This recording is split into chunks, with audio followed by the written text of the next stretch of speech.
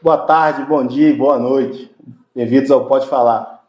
Eu, Carlos Vinícius, hoje, Enzo, professor Habib e mais uma ilustre convidada, a professora Carolina Augusta, de Assunção Gouveia. Iremos hoje trazer mais um papo interessante, falar um pouquinho sobre inteligência artificial, uma breve discussão também, um pouquinho sobre a responsabilidade sobre direitos humanos e como é que é a visão dos direitos humanos ao passo da inteligência artificial. E agora o Enzo vai trazer um pouquinho das Professora, muito obrigado por ter aceitado o convite de estar aqui. Habib, é sempre um prazer tê-lo conosco. Professora, ela é doutora em Educação Matemática pela Unesp, em Rio Claro, especialista em Educação Híbrida, Metodologias Ativas e Gestão de Aprendizagem e bacharel em Sistema de Informação com Formação Pedagógica e Matemática. Ela tem experiência no docência em ensino superior de 12 anos, exercendo atividades na área de avaliação externa e de aprendizagem desde 2012. Atualmente coordenadora na Gerência de Avaliação, Aprendizagem e Inovação no Centro Universitário de Valença, atuando com foco na gestão de aprendizagem, acompanhamento de avaliações institucionais e disciplinas e seus resultados. Membro da equipe de elaboração, organização e implemento de modelos educacionais no Unifar, discutindo ativamente sobre propostas e metodologias inovadoras para a formação profissional. Além disso, a professora ela tem doutorado também na área de educação matemática. É um baita de um currículo. Seja muito bem-vinda. Obrigado pela... Boa tarde a todos. Boa tarde. Professora, como que foi esse começo para entrar na área de educação? Você hoje faz parte do GAI, né, que é a gerência de ensino. Conta um pouquinho para a gente. Eu comecei na área de tecnologia, minha graduação. E eu fui fazer um estágio numa escola que tinha hoje não tem mais, né? Mas tinha um laboratório de informática. E ali eu vi que era o que eu queria realmente seguir, era a área de educação, então eu fui fazer licenciatura em matemática. E a minha oportunidade aqui de trabalhar foi no ensino superior para dar aula para licenciatura em matemática. A gente tinha o curso aqui presencial de licenciatura em matemática e de tecnologia. Então eu dava aula nos dois cursos e quando você começa a trabalhar com educação a gente não consegue sair, né? Eu acho que é apaixonante, eu acho que para qualquer um. Eu nunca vi ninguém sair da educação. A pessoa vem de outra área, mas sair ela não consegue sair, né? É muito bom. E é um movimento de estudo constante, não tem como. Quando você entra na área de educação não tem como você parar de estudar. E para mim foi até algo que me surpreendeu, porque eu sempre achei que eu não gostava de estudar. Eu falava, gente, como é que eu vou para a educação estudando se eu não gosto de estudar, né? Entendi. E essa parte da tecnologia, como que se mesclou com o ensino para você? Eu acho que foi nesse o primeiro estágio que eu fiz, né? Foi 2003, alguma coisa assim, que era numa escola, num laboratório de informática. E nessa escola eles eram um pouquinho mais avançados com essa questão de tecnologia. Então eles já trabalhavam informática na educação. A gente não ensinava a mexer em computadores, né, como a maioria das escolas faziam nesse mesmo período. Só que lá a gente fazia a educação, então a gente trazia elementos tecnológicos que auxiliavam no desenvolvimento do estudante. Mas aí era na educação básica, né? Eu comecei na educação básica e depois eu caminhei para o ensino superior. E quando eu fui fazer o mestrado, a minha orientadora trabalhava com um conceito muito forte em matemática, que era o cálculo, que geralmente assusta as pessoas, né? O cálculo matemático. E a gente foi usar a tecnologia para melhorar o desenvolvimento dos estudantes em relação ao cálculo. Perceber que não é só o número, né, mas tem a parte de visualização.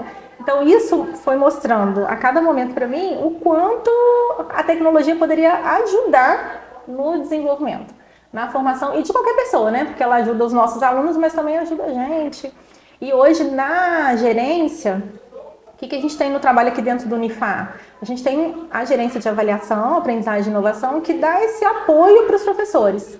Então a gente dá o apoio para eles pensarem em práticas que eles possam utilizar em sala de aula, que vá realmente melhorar e fazer uma diferença ali no desenvolvimento dos nossos alunos que estão na formação da graduação, né?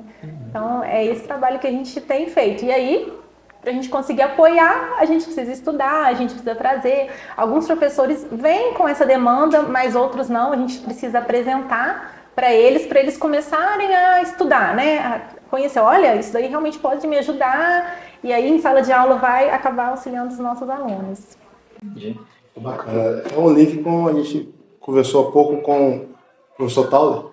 Ele falava da metodologia e, basicamente, a gamificação como metodologia dentro da educação. E a senhora apresentando essas informações, quer dizer que a sintonia está bem coesa aqui, o pensamento, o raciocínio sobre os professores, como dar aula e com os seus métodos e ferramentas para dar aula, como a tecnologia, não é o fim, sim, o meio para fazer uma educação de uma melhor qualidade dentro da universidade ou de qualquer sala de aula. E é muito interessante. Parabéns pelo trabalho. E apoiar o docente, né? Porque assim, cada docente tem o seu modo de trabalho, tem os seus interesses, o que realmente vai ajudar, né? Porque não adianta também o docente aplicar uma metodologia, usar, às vezes, uma ferramenta que ele não gosta.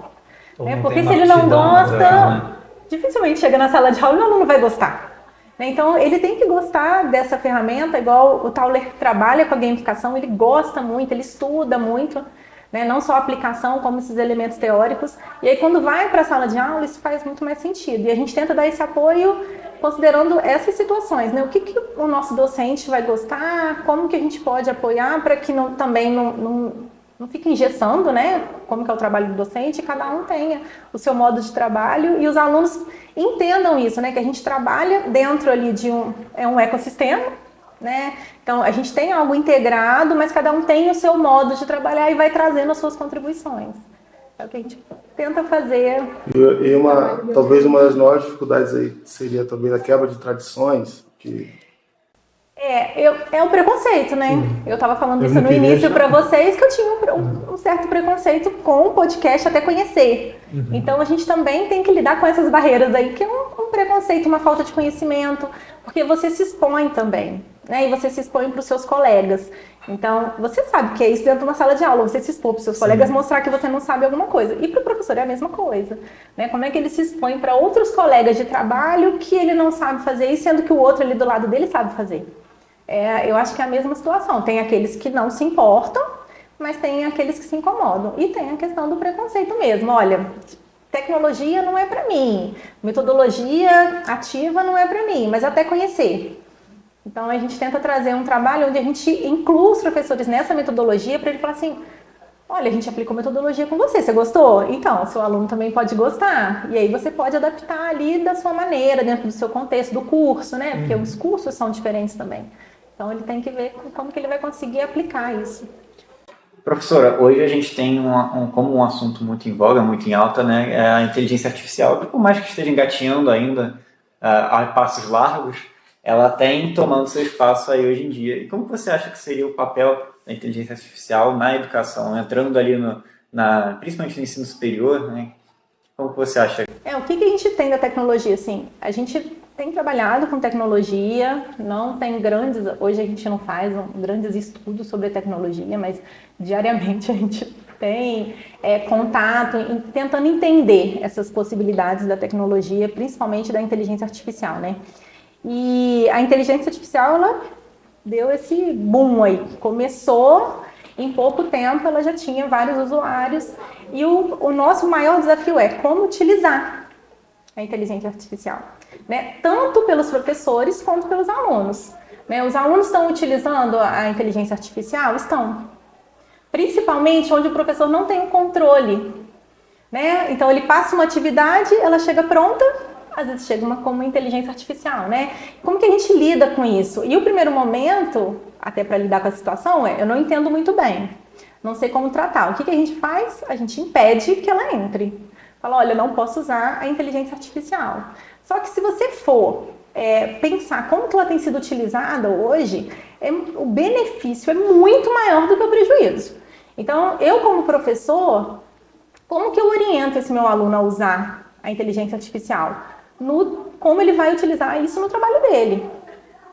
Né? Então, um professor, eu estou formando, eu vou falar porque aí fica mais fácil na minha área, né? Então, eu formo um professor. Como que esse professor em informação pode utilizar a inteligência artificial? Como que ele pode utilizar isso? Olha, para planejamento de aula, né? Para elaboração de questões de prova, né? Para ele pensar a própria disciplina ou a própria aula. Só que ele não pode fazer isso sem conhecimento. Primeiro que eu acho que é um ponto positivo que hoje a gente ainda tem da inteligência artificial. Ela comete alguns erros. Sim. Então, se você confiar plenamente nela, você tem uma queda horrorosa. Então, assim, você não pode confiar na IA completamente. Então, para você usar, você precisa conhecer. Então, eu preciso fazer um planejamento de aula, eu preciso conhecer como é um planejamento de aula. Se eu quero planejar aula sobre um determinado objetivo de aprendizagem, eu preciso conhecer como é que é o desenvolvimento desse objetivo de aprendizagem. Porque quando você joga isso na IA, a IA ela vai tornar o trabalho mais rápido. E vai te trazer alguns insights ali, algumas ideias que você não teve. Fala, nossa, eu posso incluir isso, porque faz sentido. Então, ela pode auxiliar. Então, para o professor, isso já é algo que a gente pode fazer. Todos utilizam? Não. Né? Todos utilizam da melhor maneira? Não, nem a gente ainda tem utilizado da melhor maneira. A gente ainda está conhecendo essas possibilidades. A gente tem apresentado isso para os nossos docentes aqui dentro, do trabalho deles, como é que eles fazem planejamento de aula, o planejamento de disciplina, elaboração de questões, correção de trabalho e questões, né? Mas assim, como que isso pode ser feito de uma melhor forma? Porque se você não tem o conhecimento ali técnico, teórico, você possivelmente vai entregar um trabalho que não vai ser efetivo, não vai ser bom. E aí, para o aluno, quando chega, o que ele quer? Ele quer resolver a questão dele rápido. Então, ele vai usar para ele entregar um trabalho. Não é essa a questão. Sabendo do conteúdo que você precisa desenvolver, como que você vai explorar essa inteligência artificial, né? Hoje a gente tem várias plataformas para fazer uso de inteligência artificial. Algumas você precisa conversar com ela, outras não. Você usa ela direto. Então, você está fazendo alguma atividade, treinando para algum concurso, né? Ou você, por exemplo, vai participar de uma entrevista, você consegue conversar com a IA, né? Para ela e fazer, olha, quais são as possíveis perguntas que esse recrutador pode me fazer? O que eu preciso me preparar? O que vem? Porque quando a gente acaba de formar, a gente fala assim, como que a gente vai trabalhar? Né? Como que eu chego no mercado de trabalho? E a IA, ela pode ajudar. Agora, ela não vai responder para você o que o recrutador perguntar, né? Ela não vai fazer o seu trabalho. Ela não vai fazer. Ela não vai fazer, né? Você precisa orientar. É orientação. E isso não vem de hoje. Então, eu falo muito, por exemplo, da engenharia, que eu não domino tanto a engenharia. Mas a engenharia, antes, todos os cálculos que eram feitos de edificações, eles eram manuais. E hoje eles são feitos todos por sistema. Então, você faz isso, ó. Você gera projetos rapidamente. Só que se o profissional ele não conhece a teoria, se tiver um errinho ali naquele trabalho, é um viaduto que cai, é um prédio que não se sustenta. Então, assim, ele precisa entender da teoria. Então, para os nossos estudantes é trazer como isso pode auxiliar, né? Dentro do direito, o Cleison tem falado um pouquinho de inteligência artificial também. Né, que algumas questões estão sendo conversadas de aceitar algumas decisões de IA, lógico, com base em fundamentos, para decisões judiciais. Então, assim, imagina, eu posso colocar ela para fazer esse trabalho? Não, eu preciso da intervenção humana ali, né? Eu preciso dessa compreensão da pessoa em relação ao que ela está trabalhando, o tema que ela está trabalhando, para ela olhar aquele resultado da IA e conseguir fazer uma interpretação em cima daquilo. Tipo, eu vou usar ou não vou usar? E isso realmente é um caminho que eu posso seguir ou não? Eu acho que essa é a grande questão que a gente tem e a dificuldade que a gente tem de levar para o aluno, porque o aluno quer uma resposta rápida, né? Não só o aluno, né, gente? Eu falo aluno, mas a gente quer uma resposta rápida, né? Vem um problema e fala assim, deixa eu ver se a IA consegue resolver. Mas espera aí. Né? Qual que é essa? Como é que eu posso trabalhar? O que eu já sei e o que a IA vai trazer de complemento? Porque ela não vai resolver. Ela não vai. Ela vai resolver uma pergunta que você fizer simples, né? Mas na resolução de problemas, não. Porque se você perguntar, ela vai te dar uma resposta ali, uma resposta mais ou menos que não vai te ajudar. Então, ela pode auxiliar, ela vai embasar. E você pode aprender com ela. Né? Hoje, os sistemas, a gente tem sistemas aí de redação. Você faz a redação rapidamente, ela faz a correção. Porque ela tem algumas instruções que a gente consegue implementar. Então, tem muitos sistemas hoje que é só implementar as instruções que ela faz. E ela faz mesmo. né? E ela faz correções, ela dá feedback para o nosso aluno mais rápido, personalizado. Hoje a gente ainda não utiliza isso, mas algumas plataformas já estão treinando esse tipo de resposta. Por quê?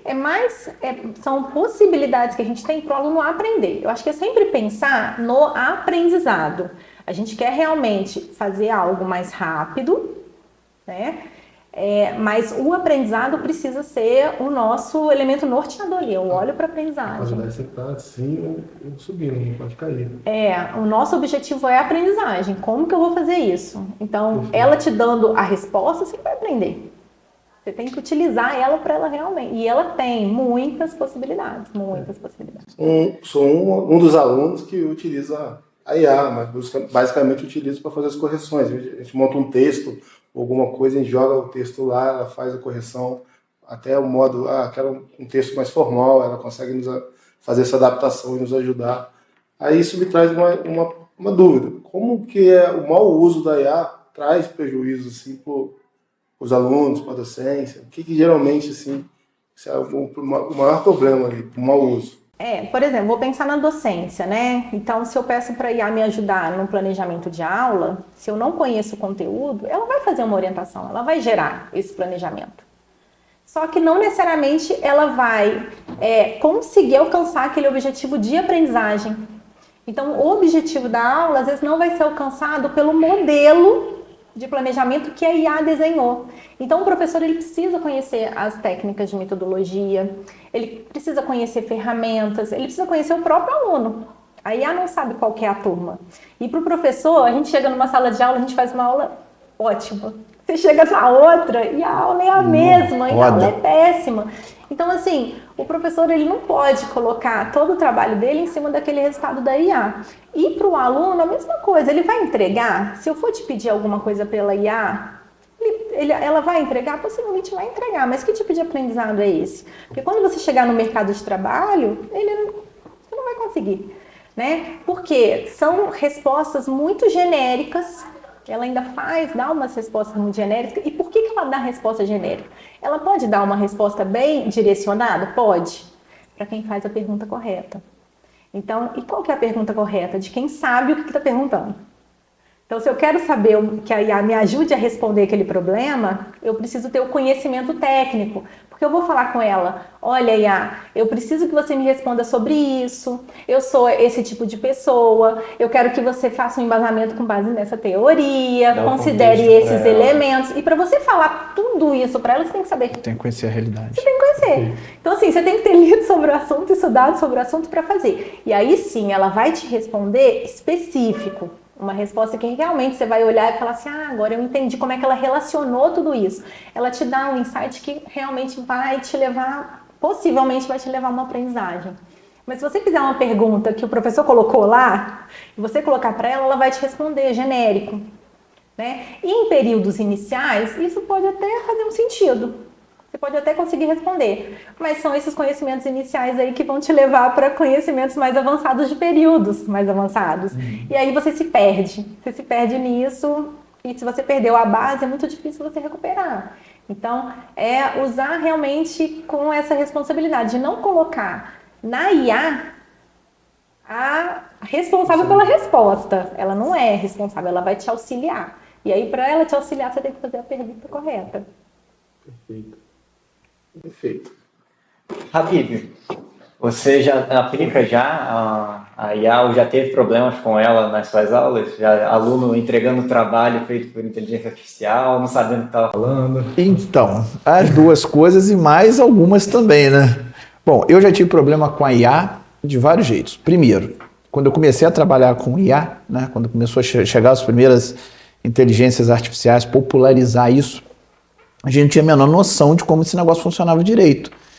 Então a gente não tinha um estudo aí, igual a Carol falou, a gente não tinha estudo de prompt, a gente não conhecia o jeito, então você jogava a pergunta lá, ela te dava uma resposta, e muitas vezes eu usava aquele tipo de informação para preparar alguma questão que era do trabalho ou não do trabalho, e às vezes não encaixava o negócio, não dava certo, eu voltava para as pesquisas originais, então esse é o ponto que eu falo que não deu certo no início. Com o tempo, a gente começou a entender melhor, né? A gente começou a conversar mais, professores trocaram informações, alguns que eram mais, que eram mais empolgados com a ideia da inteligência, né? Carol, e tem outros aqui que coisa a gente começou a trocar, né? O que você fazia, o que aquele outro fazia, como é que fazia de um jeito, né? Os encontros iniciais nem eram ainda organizados, era um batendo papo com o outro na sala do professor.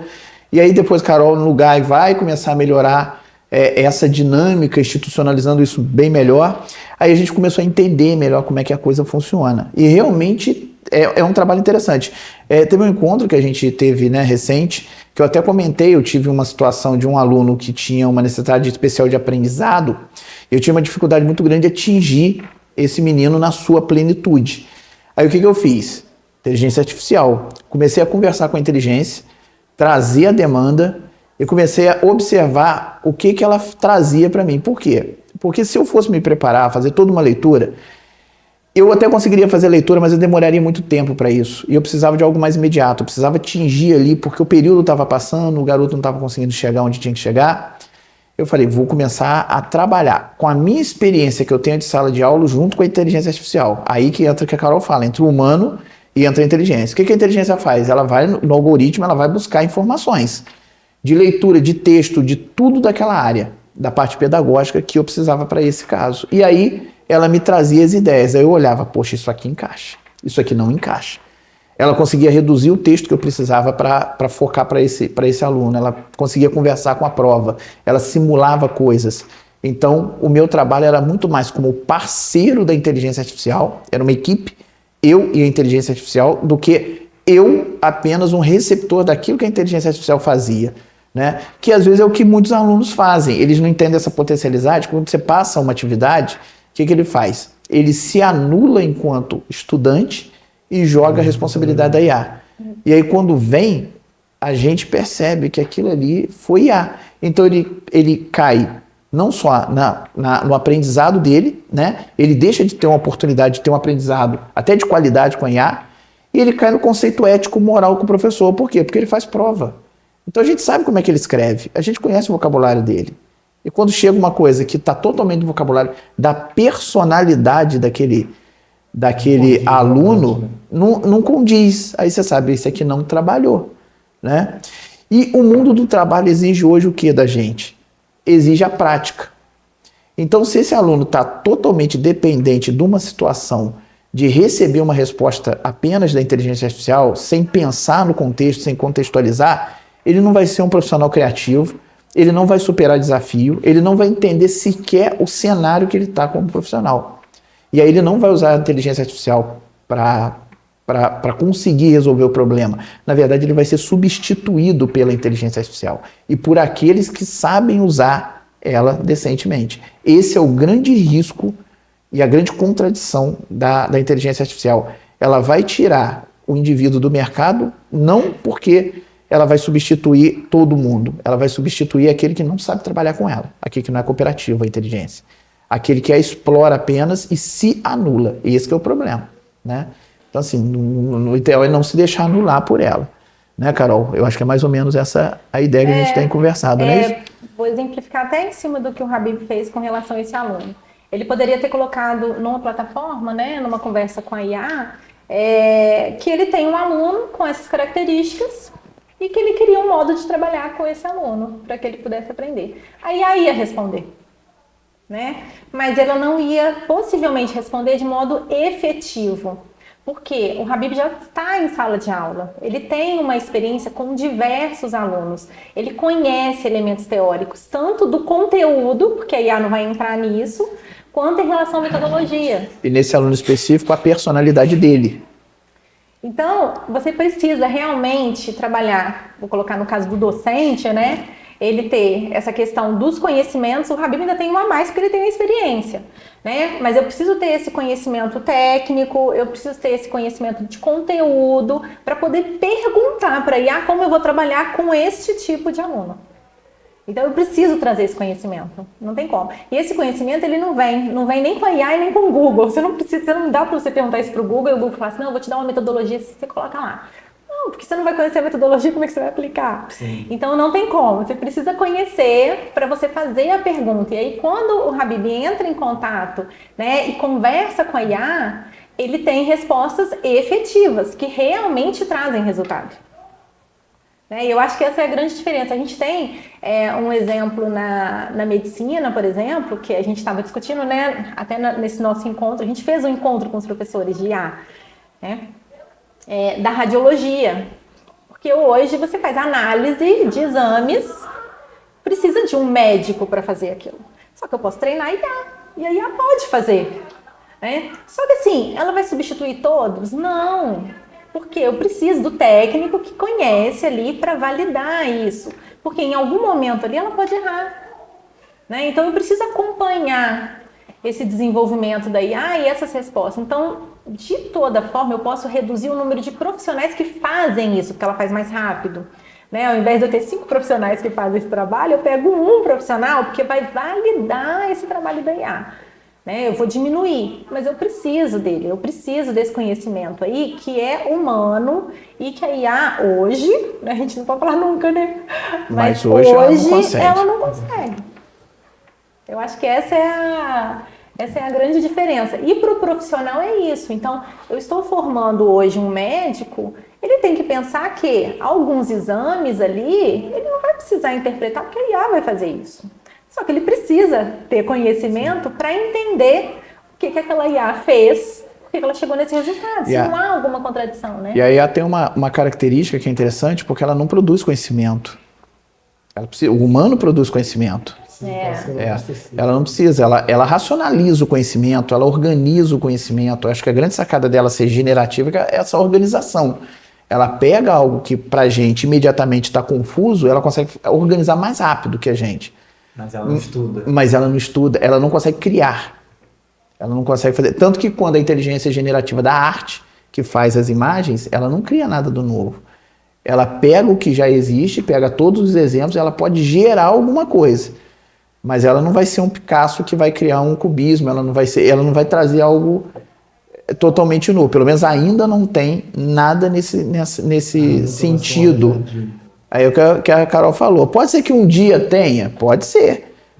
Daqui a umas décadas, séculos, sei lá, anos, não sei como é que o desenvolvimento está se fazendo, mas agora ela tem isso, ela não consegue fazer criações, né?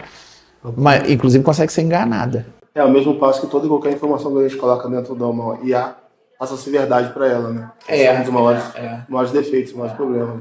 É muito fácil você burlar um prompt de uma IA, por exemplo. Ela é instruída a não te dar uma certa resposta. Agora, se você coloca numa situação hipotética, vamos supor que eu preciso saber como evitar a chegar nessa resposta. Ela vai lá e vai te dar a resposta. Consegue. Aí ela consegue organizar as informações.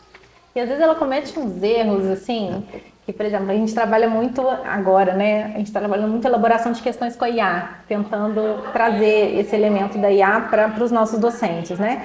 E aí a gente está numa de questões lá que ela vai analisar as alternativas.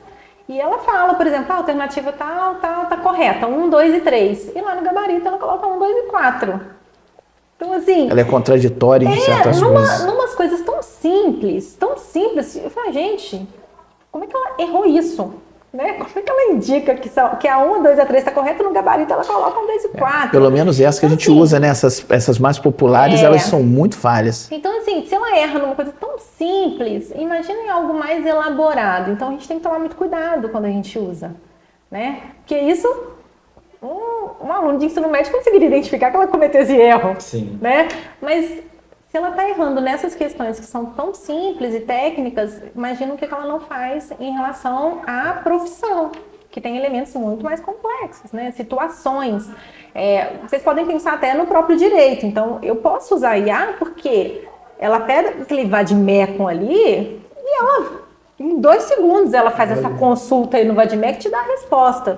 Mas não é só o Vademecum que vai auxiliar no trabalho de vocês.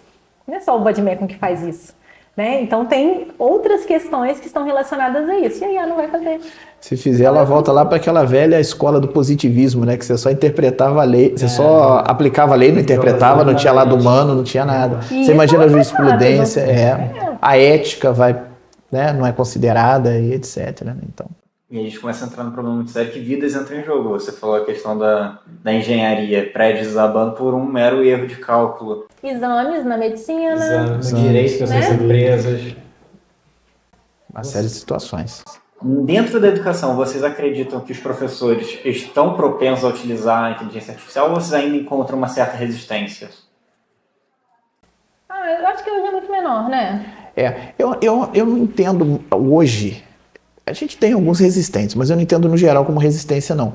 Eu entendo no geral como grupos que não conseguiram ainda alcançar as competências para trabalhar com essa inteligência. Então é mais um desconhecimento de potencialidade. Eu não uso porque eu não sei até o que ela pode me oferecer. Entendeu? Então eu não vou perder meu tempo. Prefiro me manter na minha zona de conforto, trabalhando ali do jeito que eu sempre trabalhei, porque eu não sei se isso vai dar certo. E eu acho que não sei se isso vai dar certo, que é o grande problema. Né? Talvez essa seja um ponto a se pensar de como esse grupo pensa hoje. Porque está se popularizando ainda, né, o processo. Então é muito... Às vezes eu brinco até com o pessoal que a gente vai ter que mudar as competências e habilidades. O pessoal fala assim, mas vai substituir? Não, você vai melhorar a situação. Tem coisas que você faz que você não vai fazer mais, tipo corrigir prova. Eu penso que vai chegar no momento que a inteligência artificial acoplada a um sistema de avaliação, ela consiga corrigir. Mas o meu papel vai continuar. Aí eu até brinco, eu falo assim, você come carne? Aí o camarada fala, como? Mas você vai caçar? Mas seu bisavô caçava. A habilidade de caçar não precisa mais, mas você come carne mais do que seu avô. Então, assim, a gente criou adaptações, né, fazendas e tal, que supriram isso. E a gente continuou comendo carne. Então, assim, a gente vai continuar exercendo as profissões, só que tem habilidades que serão transmutadas. E talvez a geração que vai estar nesse universo vai olhar para nós e vai falar, como é que esses caras faziam isso? Que perda de tempo danado.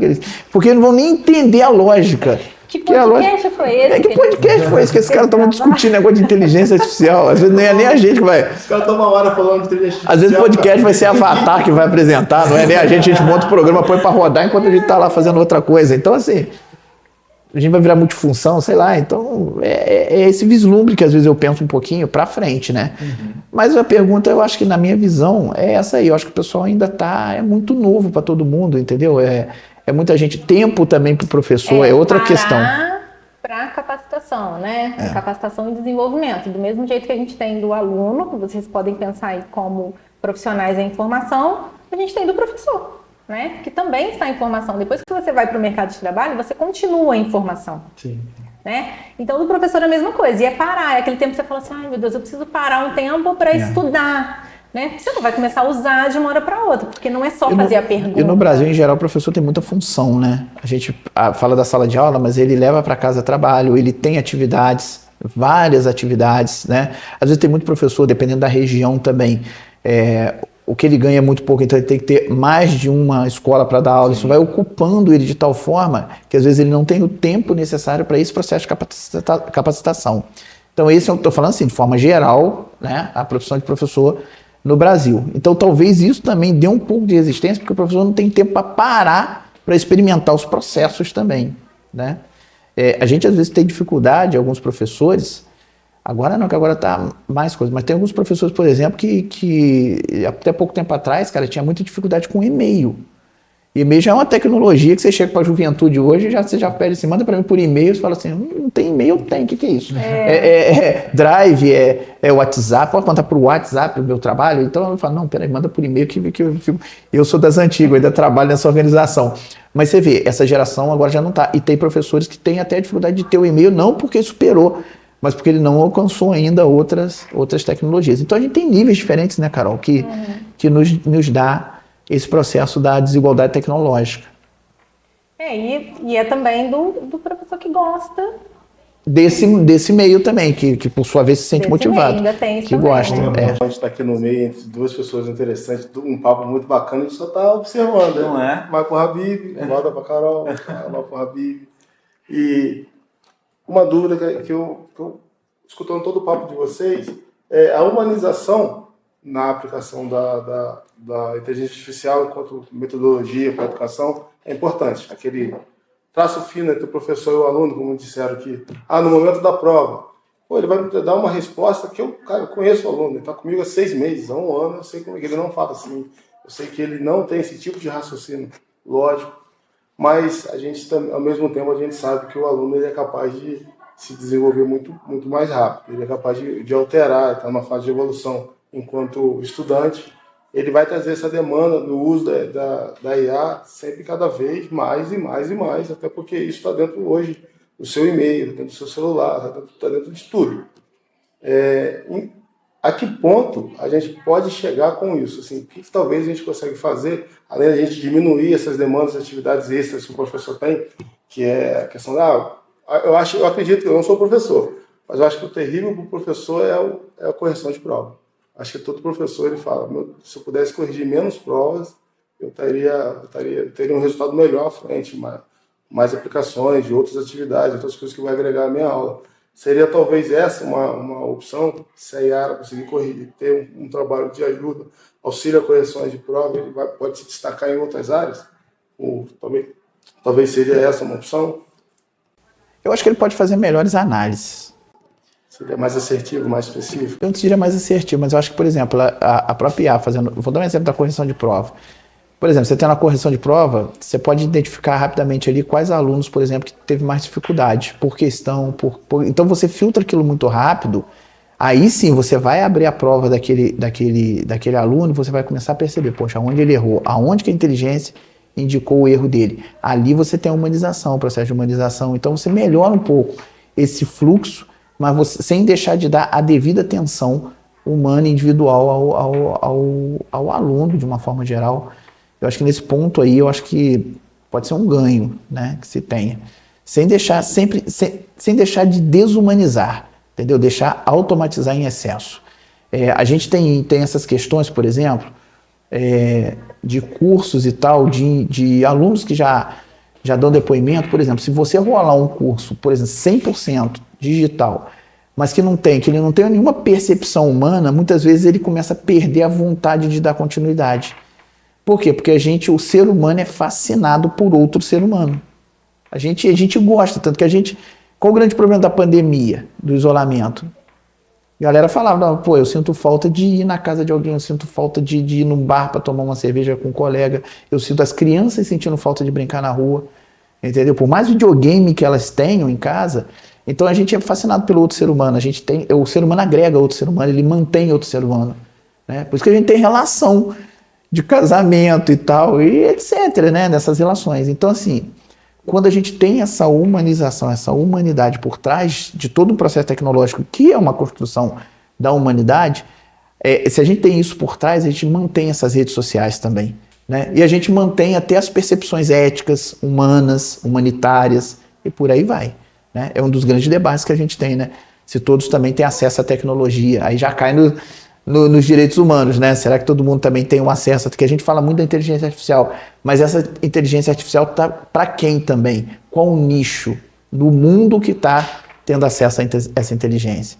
Será que aquelas crianças lá, por exemplo, da guerra entre Israel e Palestina, elas estão tendo essas condições? Será que aquelas crianças que estão, por exemplo, na periferia de uma cidade como a nossa aqui de Valença, que de repente estão isoladas, Valença é muito grande, em Barra do Piraí e outras, será que elas estão, né, tendo esse acesso? Será que elas têm a tecnologia? Será que tem o celular? Será que tem um Wi-Fi? Então essa também tem esses isolamentos. Então, da mesma forma que uma ferramenta de trabalho, de construção humana, e aquelas pessoas que estão apartadas dessa ferramenta, como é que elas vão ser inclusivas? Como é que a gente vai incluir elas, né? Nós, enquanto seres humanos, vamos incluir essas pessoas. Então a gente tem vários questionamentos hoje também das inteligências que são... E será que a inteligência artificial vai ajudar a resolver esse problema também? Que é uma grande sacada, né? Até que ponto a parceria da inteligência pode também nos ajudar a resolver esses problemas de inclusão? Né? Então são vários... Quando a gente fala de tecnologia, a gente tem dois elementos ali. Que a gente tem, vou trazer um pouquinho do que a gente faz dentro do Unifar, que eu acho que vai ficar mais próximo também, né? Para vocês entenderem. A gente tem automatização de processos e a gente tem o uso da inteligência artificial. Então, hoje, a nossa correção de provas, ela é automatizada. Então, vocês preenchem o gabarito, a gente passa por uma máquina e ela vai corrigir questão objetiva, né? O professor ele vai ter que fazer essa correção das questões discursivas e o sistema depois vai fazer o somatório e vai mandar de um sistema para o outro para vocês terem acesso. Então, isso é só automatização. Hoje, no nosso processo de correção de provas, a gente não tem inteligência artificial. A gente só tem processos automatizados. E na inteligência artificial, o que a gente pode trazer? Um feedback que vai ser para cada resposta do nosso aluno. Porque às vezes eu olho uma resposta discursiva, né? E eu falo, tá certo ou tá errada. E a IA, ela permite que eu faça isso trazendo um feedback. Olha, você errou essa questão porque você colocou isso. Se você tivesse colocado desta maneira, já estaria correto. Porque eu posso dar a instrução para a IA corrigir essa questão. E hoje o professor ele não vai conseguir fazer isso de questão por questão. Né? Porque é um trabalho muito grande. Só que quanto mais eu trouxer a IA para fazer esse tipo de relação, de conexão ali, né, com o professor, o que ela vai fazer? Ela pode corrigir todas essas questões discursivas, dar o feedback para cada um, é individual, é o seu feedback, ela faz isso. Porque eu já dei a instrução do que eu esperava, que se você colocasse um tipo de percepção, ela deveria responder de uma certa maneira. Eu posso fazer isso. E eu posso ir melhorando a cada resposta, né? Você fala, nossa, eu nunca imaginei que um aluno fosse responder isso. Mas espera aí, já que ele respondeu, como é que a IA vai trazer de volta? Eu posso ir treinando a IA para fazer. Então, eu consigo fazer questões de prova, por exemplo, onde o aluno ele consegue trazer questões de reflexão até mais complexas, sem trazer um grande trabalho para o professor. Só que aí o que vem para o professor? Vem esse diagnóstico. O professor consegue acompanhar o que o aluno tem feito. E ao invés de eu levar para a sala de aula algo muito focado no conteúdo, eu vou levar mais na solução dos problemas. Que ele vai encontrar no dia a dia dele. De uma certa forma, né, o Guy já trabalha um pouco com a gente, que é professor nesse sentido, né, que tem as correções objetivas que a máquina faz, mas depois a gente tem um formulário que a gente faz uma análise de qual foram as questões que os alunos mais erraram, qual a proposta para frente de como consertar essas questões. E ocorre uma coisa interessante nessa correção, porque levando em consideração que a inteligência também é falha, no sentido de falhar, e se o aluno não aceitar a resposta da inteligência artificial? Quem vai mediar?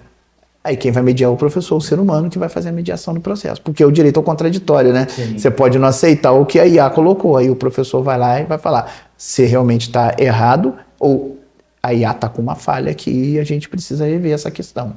E o aluno só... caso, os dois ainda estão certos. Ou no caso tem...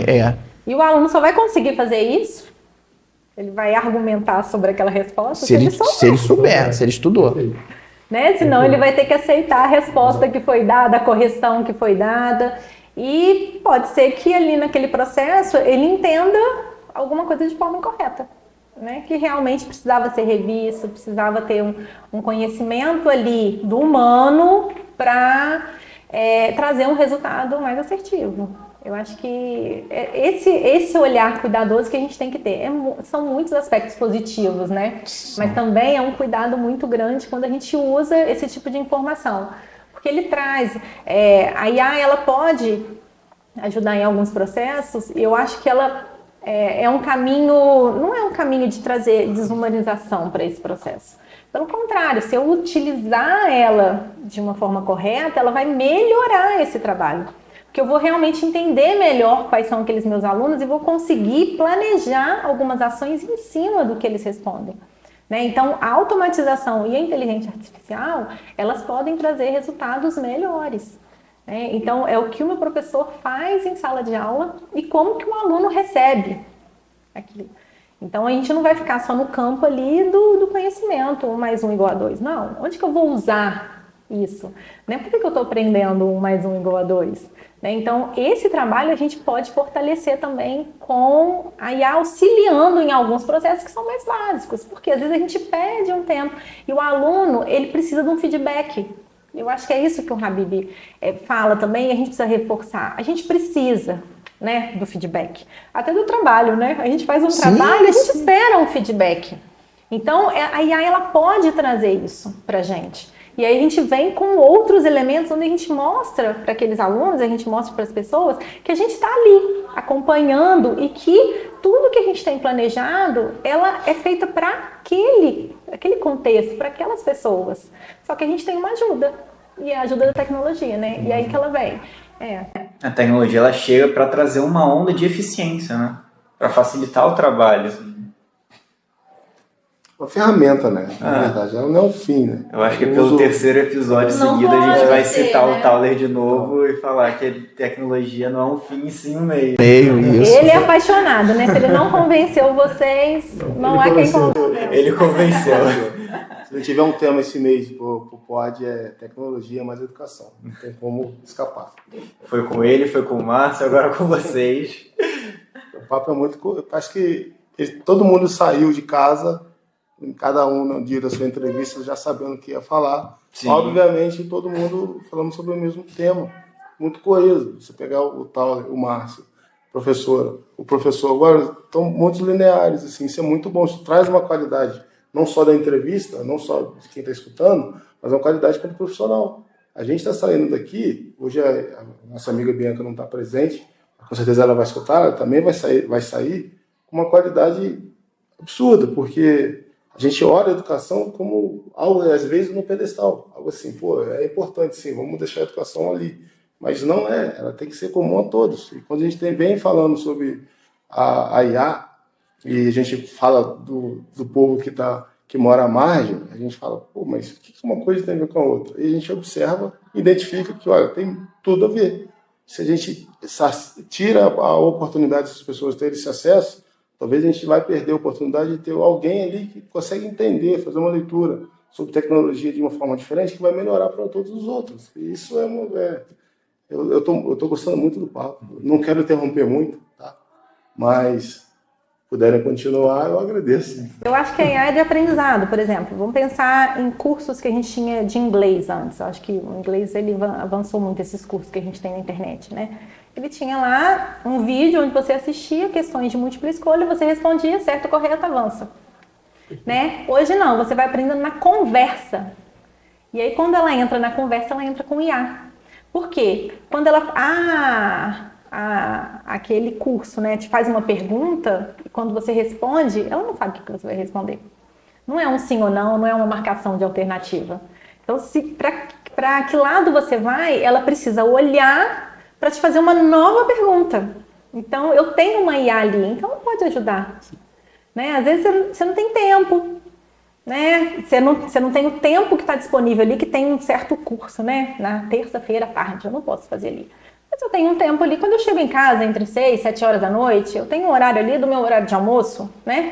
Do mesmo jeito que alguns reservam para academia, outros reservam para estudar. E a IA, ela pode ajudar. E esse feedback é muito melhor, né? É muito melhor você responder alguma coisa, ela responder em cima do que você respondeu, do que um arca-X.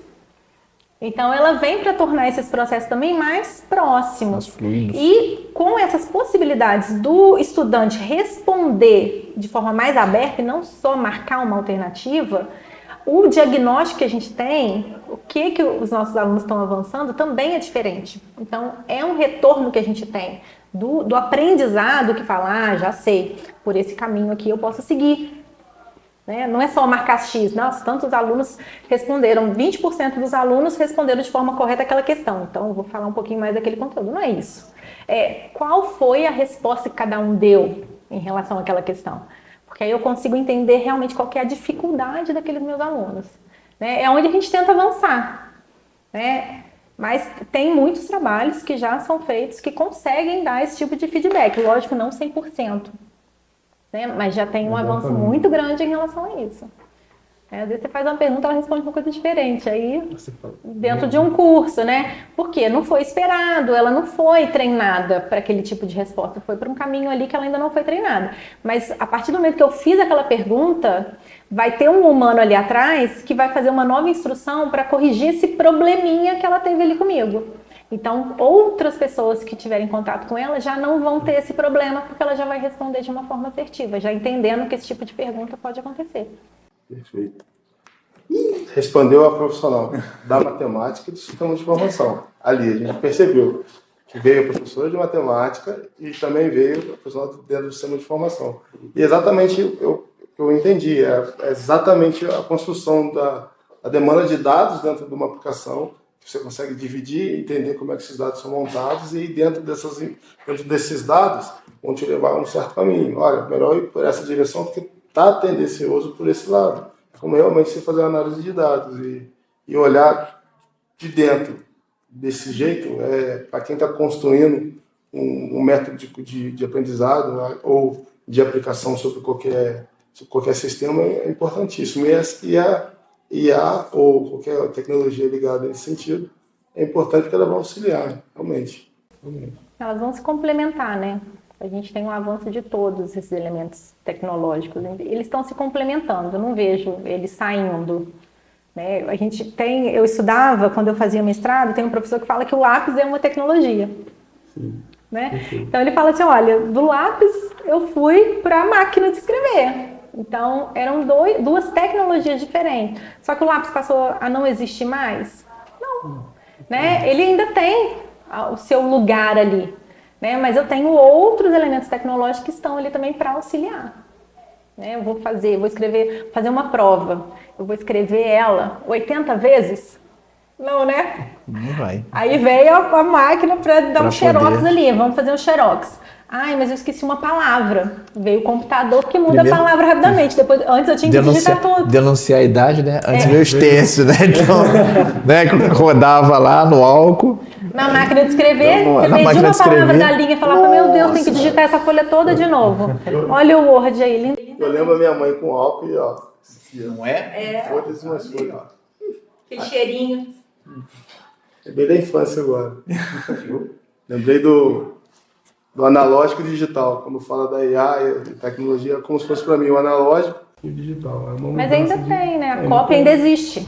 Olha, a cópia ainda existe. E hoje a gente tem um avanço tão grande, né, Carol? Porque a gente está entrando ainda nesse universo da inteligência artificial dentro do código. Mas se você pensar outras tecnologias, por exemplo, hoje você tem uma apostila para um aluno, por exemplo, que você tem dentro dessa apostila links, você pode ter até uma apostila digital, você já tem links, você tem realidade aumentada, o cara coloca lá o celular em cima de uma página específica, ele vai criar uma imagem 3D, não é? Sei lá, da anatomia de um ser humano, numa apostila de biologia. Então, a gente está caminhando para um processo assim, bem interessante no processo de entender as informações e estudar dentro dessas tecnologias. Então, quando isso chegar também a agregar e popularizar realmente toda essa potência da inteligência artificial nesses ambientes de estudo, eu acho que a gente vai ter uma situação bem diferente, um salto na forma com que a gente vai entender a própria educação. Ontem, mudando um pouquinho, né? Eu estava lendo um livro com meu filho, né? Com meus filhos. Eu tenho 2 filhos, de 8 e de 5 anos. E aí, lendo um livro, tinha um QR Code para você acessar uma música no meio do livro. E eles acharam aquilo o máximo. Então, ao invés de só ler, tinha um QR Code. Então, eu colocava o QR Code no celular, tocava uma música. Aí, lia mais um pouquinho. O índiozinho inventou mais uma música. Aí, colocava o QR Code e vinha a música, né? E antes a gente só tinha que cantar. Eu tinha que inventar qual que era a música ali, né?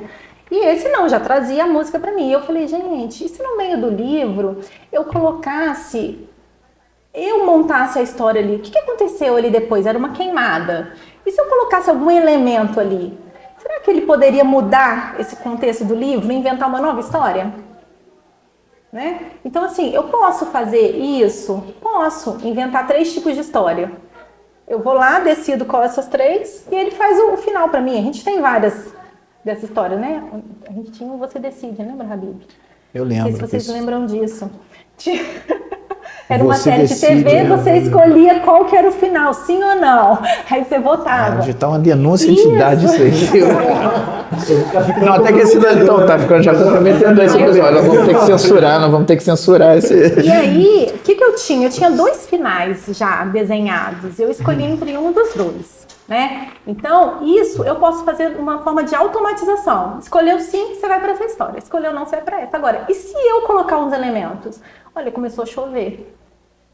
Né? A casinha do índiozinho lá caiu. E aí, para ter uma nova história, só uma inteligência artificial para fazer isso de forma automática. Né? Porque ela não vai ter uma história pronta. Ela precisa usar os elementos que eu estou trazendo para uma nova história. Né? Então, aí eu fui pensando nisso, eu falei, o QR Code me levou para essa. Eu falei, gente, e se o QR Code, quando eu falo assim, e aí, o que vocês gostariam que acontecesse aqui agora? E eu colocava, e aconteceu isso. E aí o final da história seria feito com uma inteligência artificial. Desvantagem que seria o único livro, né? Não comprava nenhum outro. Mas aí você começa com um livro, né, de um contexto, esse era de um índio, depois você pode fazer um contexto aí de um leão, de animais, né, um de natureza, e depois você vai levando para outros contextos, lá, poluição, água. A versão digital, eu tava pensando aqui, isso é a versão digital da RPG, que vai ser bacana também, né? Se você pensar nessa possibilidade. Vem coisa boa por aí. Aliás, ele já vai fazer um projeto. O Enzo, não sei se eu comentei com o Enzo, quando eu comecei a mexer com o negócio de inteligência artificial, eu montei uma campanha no RPG pra inteligência jogar comigo. E jogou. O Ares jogou comigo o Role Play Game. Jogou mesmo, jogava dado. Eu comecei a fazer as perguntas, treinar, e eu falei, cara... Quando eu vi isso acontecer, eu falei, pô, isso aqui não volta, isso aqui não retrocede, Não tem como mais voltar. Isso aqui só vai ampliar, então não tem jeito de fugir desse tipo de tecnologia, porque era muito avançada. Porque tomar decisão, você dialogar a história, ele criar um personagem, eu mestrar, e a inteligência jogar com o personagem, para mim era algo que era surreal. Eu fiz na brincadeira e quando respondeu, eu falei, opa, isso aqui me despertou, né? Então assim, Carol, a gente conversa desses negócios, mas assim, existe o passado e o novo estão em intercamadas que a gente nem percebe nessas inteligências, né? Vamos aproveitar que a professora já trouxe o assunto família e o professor o assunto hobby. Passa para as perguntas rápidas. Professora, isso, pode explicar. No nosso podcast a gente tem um quadro que é um de perguntas rápidas. A gente faz algumas perguntas rápidas, você responde de maneira rápida também. A primeira coisa que vem na cabeça... Essa é a parte que o pessoal chora, né? Essa é a parte que o pessoal chora. E a gente traz com o intuito de humanizar o pesquisador, mostrar quem é a pessoa por trás de toda a pesquisa, de todo o estudo. A senhora topa? Claro. E dessa vez eu queria convidar o Habib também para participar. Tá bom. Pode ser? Pode ser. Professora, eu sempre gosto de começar perguntando uma personalidade ou uma pessoa que a senhora se inspira. Pode ser familiar, pode ser uma personalidade histórica, algum escritor. Eu me inspiro hoje? Ou o que fez a senhora chegar onde a senhora está hoje? Eu não sei se tem uma pessoa. Eu vejo, por exemplo, no meu ambiente familiar... É muito forte a família, né? Então, sempre... Mas eu não consigo ver uma pessoa. Hoje, por exemplo, eu posso falar que é minha avó, né? Que já faleceu. Mas não é a minha avó, é a família. Uhum. Então, é com eles ali que eu tô próximo, com eles que eu... Às vezes eu faço alguma coisa pensando neles. Falo assim, olha, eu moro aqui, eles moram lá em Juiz de Fora. A grande maioria mora lá em Juiz de Fora, né? Então, eu faço tudo aqui já pensando que final de semana eu estarei lá, que final de semana... Né? Como que eu posso trabalhar aqui melhor para estar com eles? O que eu posso fazer para estar com eles? E eu acho que é isso. E eu tive 2 experiências profissionais que para mim foram muito fortes também. Uma em Juiz de Fora, e o meu líder direto para mim era uma inspiração, né? E hoje é o Zé Rogério.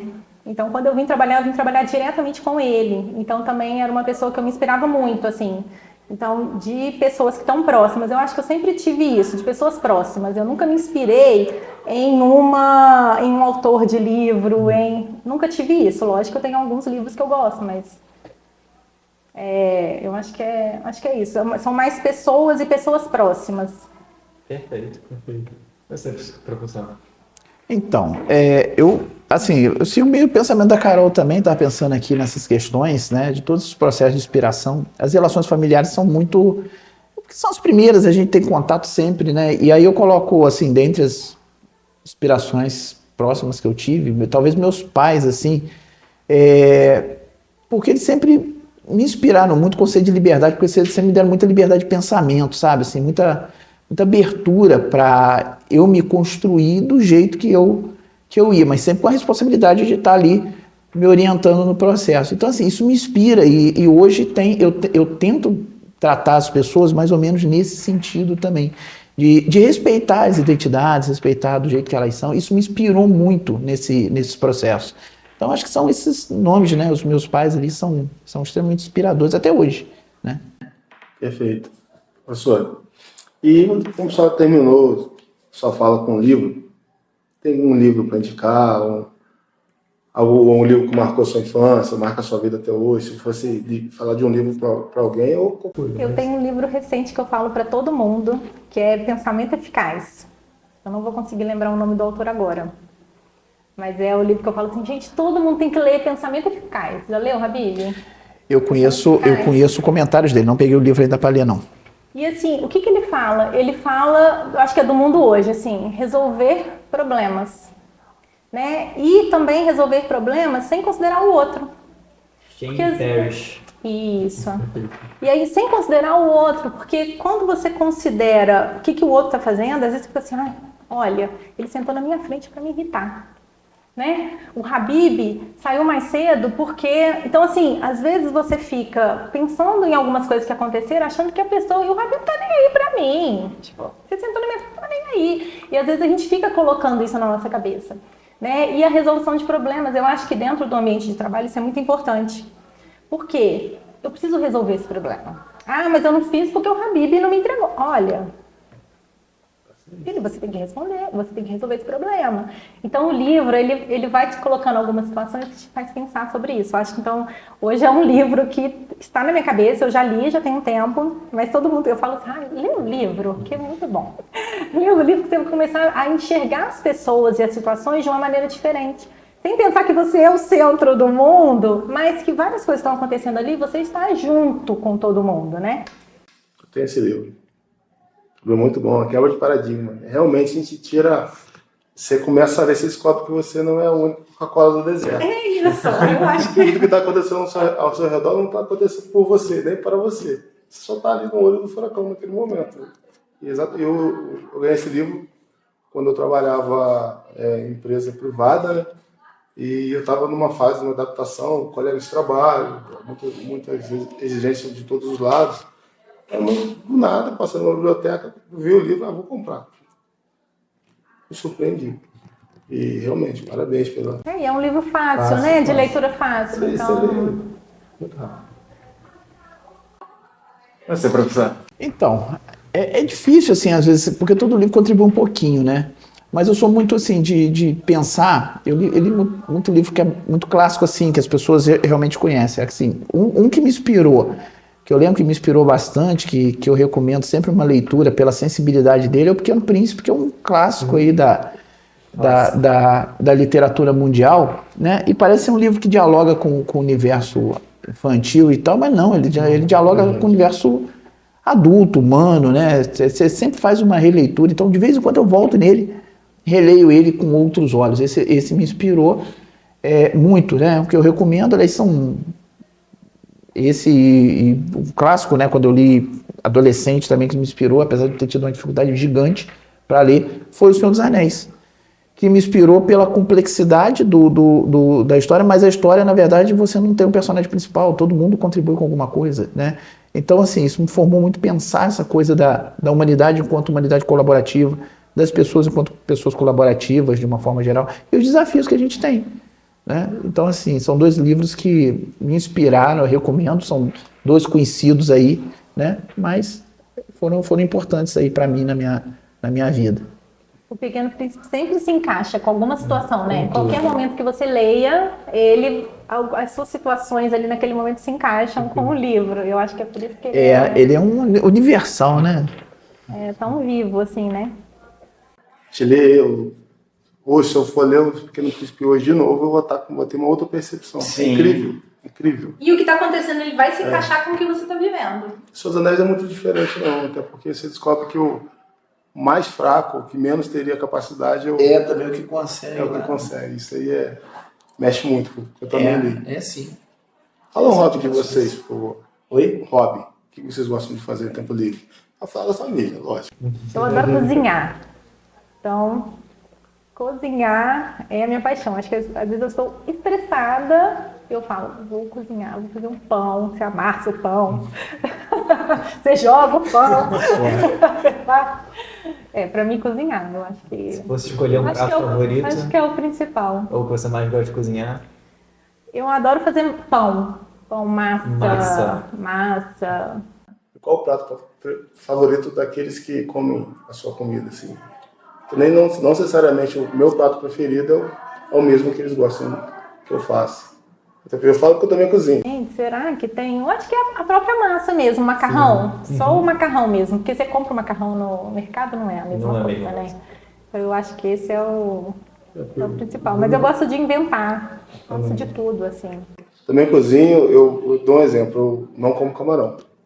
Não vem, não dá, não tenho alergia, não tenho nada, mas não como. Meu pai cisma que eu tenho que fazer camarão para ele. Eu não gosto do cheiro de camarão, eu não gosto nada. Aí, tá, pai, faço. Ele fala que tá perfeito. Cada vez eu faço de um jeito. Você nem experimenta. Não experimento, eu faço no olho. Ele fala que um tá melhor que o outro. Ou seja, eu não consigo voltar à última receita, tenho que estar fazendo várias adaptações, porque eu não gosto, e dá certo. Aí quando eu perguntei justamente por isso, qual prato que você faz? Que as pessoas gostam e você não necessariamente é o seu melhor prato, né? O meu melhor prato não é o camarão, até porque eu não como, mas é um exemplo. E eu faço para a família, assim, macarrão são 20 e tantas pessoas. Não é para meia dúzia, né? Um monte de gente. Meu hobby? Eu não sei, deixa eu ver. Isolamento social. Mentira. Vai. Na verdade, eu não tenho isolamento social. Mentira, não. Tem hora que eu gosto de ficar sozinho, mas é um dia da semana que eu fico comigo. Eu gosto das pessoas, sempre gostei.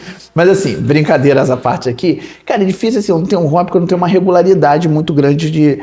Eu gosto de experimentar muitas coisas, mas algumas coisas que eu gosto de fazer, que são regulares, assim, é ouvir música. Então tem hora que eu gosto de ouvir música, às vezes eu tenho um hábito que é ouvir música de fone. Eu não consigo ouvir música que não seja com fone. Por incrível que pareça. Mesmo se eu... Oi? Não, eu acho assim que o tipo de música que às vezes eu ouço, às vezes assim, pode incomodar outras pessoas, as pessoas não querem ouvir naquela hora. Não que eu não gosto de botar, às vezes você tá num local que você tem uma festa, alguma coisa, e você ouve com todo mundo, você sai para um evento e tal.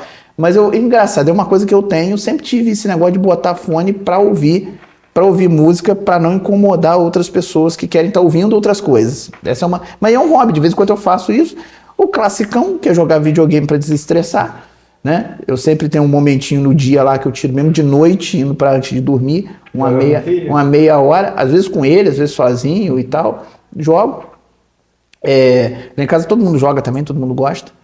E gosto de jogar basquete no final de semana, que é uma coisa que eu já faço há muito tempo. Esse talvez seja o mais regular de todos. Muita gente fala, porque me vê por causa do campeonato do arco e flecha, muita gente acha que o meu hobby é arco e flecha, mas nem é com regularidade. O basquete é com muito mais regularidade e é aquela pelada de final de semana com os amigos. São os hobbies que eu gosto, assim, que são bem simples e tal, mas que me dão muito prazer, né? E é aquele momento que a gente escapa um pouquinho do nosso dia a dia. Deixa de ser você mesmo, passa. Você se encontra ali naquelas coisas que você gosta também de fazer, mas que não dá para você fazer toda hora, né? Bom que as nossas respostas rápidas, nada, né? As perguntas rápidas com respostas rápidas, a gente não fez nenhuma, né? Não, assim, rápida não, a gente falou pra caramba. A gente falou bem. Tem que ser mais rápido, né, Carol? Eu tô aqui pensando, eu falei, só fazer uma pergunta rápida, a gente não responde nada. Conceito de velocidade não é pra gente, não. Pergunta rápida é só o tema, porque não funcionou até hoje. Ninguém, né? Pelos que eu acompanhei, pelos que eu vi também no pod, que eu não estava presente, mas vi no pod, também não rolou muito bem, não. E tá ficando maravilhoso assim. Tem que ser respostas medianas. Não, mas aí a pessoa fica assim, pô, mas quando eu falo respostas rápidas, não tá, eu falo. Aí quando você constrói a pergunta, pô, mas não é tão rápido assim. Aí as pessoas vão se soltando, vão falando cada vez mais e a gente adora. Com certeza. Bom, queria agradecer a presença dos dois aqui. Foi muito bom discutir sobre inteligência artificial, ver a passada de bola um para o outro o tempo inteiro. É um modelo muito interessante. A gente vai planejar fazer isso mais vezes. Espero que a audiência tenha gostado também. Quer falar alguma coisa ainda? Cara, assim, basicamente, eu quero agradecer, falar... Mas peraí, repete? Só para contextualizar, a gente tem uma brincadeira aqui, porque meu nome é Carlos Vinícius, mas eu sou conhecido como Zorrinho. Herança de apelido, porque meu pai é Zorro, vai nascer o filho do Zorro, vai nascer o Zorrinho. Carlos Vinícius, fica esquecido, vai nascer o Zorrinho.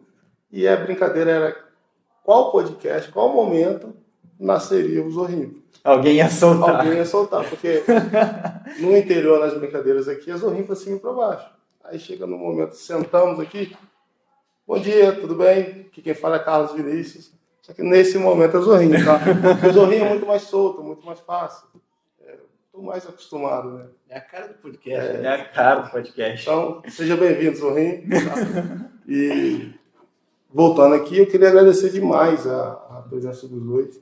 Professor, quem sabe a senhora pode voltar nesse bate-bola, botar o Taule ali. Quero ver isso aí de casa, como é que ficaria. Isso é bom. Papo muito importante, muito interessante. Alunos de pedagogia, alunos que têm a intenção de no futuro ser professores, assim como eu também tenho, você já começa a construir esse pensamento adaptando para o futuro. Porque, obviamente, a gente vai pensar, como é que a gente vai estar daqui a 10 anos? Como é que a educação vai estar aqui, a sociedade vai estar aqui? E esse tema, que ele está agora, ele está introduzido, porque ele chegou batendo o pé na porta e falou, ó, eu existo, eu estou aqui, vamos ter que nos adaptar. Enfim, trazer isso para o nosso podcast foi muito importante. E olhar a visão dos dois, e a do professor Habib, com a experiência de sala de aula, e dizer que, olha, sim, existe essa ferramenta, mas devemos humanizar. Devemos trazer um do ladinho do outro, porque não deixamos de fazer o que é tradição, mas vamos olhar para o novo, adaptar para a nossa nova realidade. E muito obrigado. Tá? Obrigado aos dois. Obrigada, gente. Para mim foi ótimo. Eu adorei a conversa com vocês. Com o Habib. Foi muito bom. A gente conversou pouco, tá? A gente deixou vocês bem soltos, bem livres. E a gente não combinou nada com a Carol. A Carol chegou aqui, né? A gente conversando aqui e tal. Vamos bater o bate-bola. Ela fala mais da questão da inteligência, que é a parte que ela pesquisa e tal. Eu gosto muito também. Aí tinha a questão dos direitos humanos e tal. E no final a gente acabou batendo uma bola legal aí de conversa, Carol. Foi excelente. Eu tenho que agradecer também a sua parceria aí nesse nosso podcast. Foi excelente. Gostei demais. Sucesso para vocês, né? Sucesso demais para o projeto. Continuem escutando e que escutem cada vez mais, né? Acho que é sempre importante a gente aprendendo sobre temas, às vezes que temas que a gente não escutou, né? Eu acho que no podcast sai da formalidade e ele fica mais próximo, né? Para a gente iniciar qualquer trabalho. Agradecer também você que está nos acompanhando até o momento e aguarde os próximos episódios que estão saindo por aí. Um abraço e pode falar. Tchau. Tchau.